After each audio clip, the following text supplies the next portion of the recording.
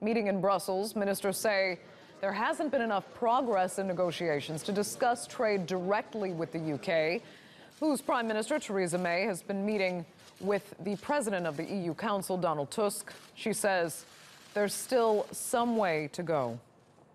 I am ambitious and positive for Britain's future and for these negotiations, but I know we still have some way to go.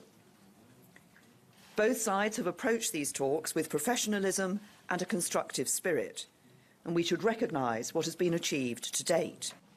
I would like to reassure our British friends that in our internal work we will take account of proposals presented there. So the negotiations go on, and we will continue to approach them positively and constructively. And as we are all working actively on a deal, I hope we will be able to move to the second phase of our talks in December.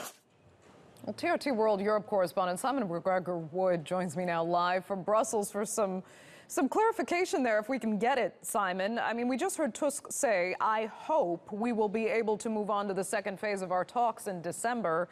I don't know, that doesn't sound promising if they can't even be sure that there will be another round of talks in a few months' time. No, but the general emphasis here appears to be on highlighting the positives and the progress and the achievements from where this process was several months ago. Theresa May doesn't leave here with the grand prize of negotiations starting about the future trade relationship, but she gets the promise that, as you say, they will begin in December if the so-called Brexit divorce terms are satisfactorily dealt with. And that's the big issue, isn't it? That's the big dilemma. It basically boils down to the money. Back in Florence a few weeks ago, she made some progress by actually tabling a figure of what the UK will pay. She said 20 billion to cover the liabilities of membership of the European Union. The fact is, and I think she knows it, the figure that she will finally have to pay is much higher. Lots of people here suggest it's more like 60 billion. Now, that's a big problem for her to try and sell that figure to her hardliners back at home, but it's one that she has to deal with before December. Otherwise, you know, the prize of being able to talk about this special, close relationship that she wants in the future will simply not get off the ground. I guess 60 billion does sound realistic then, Simon, given that the EU originally pitched 100 billion. She wants 20 billion, so that's the in-between. But still, she says that this full and final financial settlement will come as final Brexit agreement. Does that mean she's expecting to actually settle this when the final agreement comes in more than a year from now? Or is she understanding now that they will have to agree a number before talks can move forward?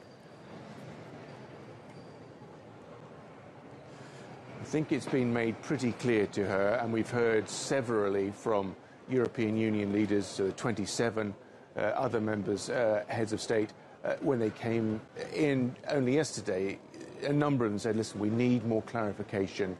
She will have been made absolutely clear that she's expected to make a firm commitment on the figure that the UK will pay before being allowed into these negotiations about what the future relationship will look like. She's been left in no doubt about that. Whatever the figure, it is a commitment that the European Union feels that it needs. So far, they are speaking with a unified voice on that issue. I think the Brits have perhaps hoped that there might be some division by now, but that doesn't appear to be the case. So I think she's quite clear on what she has to do, but it's a tough ask.